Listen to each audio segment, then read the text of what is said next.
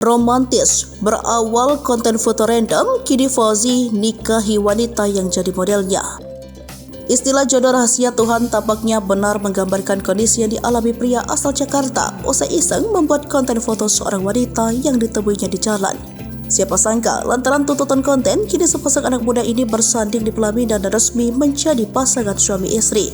Kisah romantis dua pasangan muda ini viral di TikTok usai dibagikan oleh salah satu akun pada Minggu 12 Mei 2024. Pertemuan keduanya bermula saat pria tersebut iseng membuat konten dengan memoto seorang wanita random yang ditemuinya di jalan.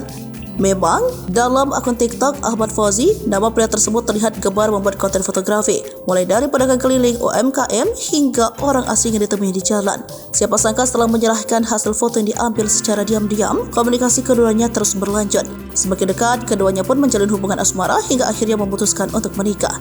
Coba iseng fotoin terus kenalan doang kok, malah foto bareng di pelaminan paparnya. Tangis haru pun tak mampu ditutupi keduanya setelah dipertemukan di atas pelaminan dengan menggunakan baju pengantin adat Sunda.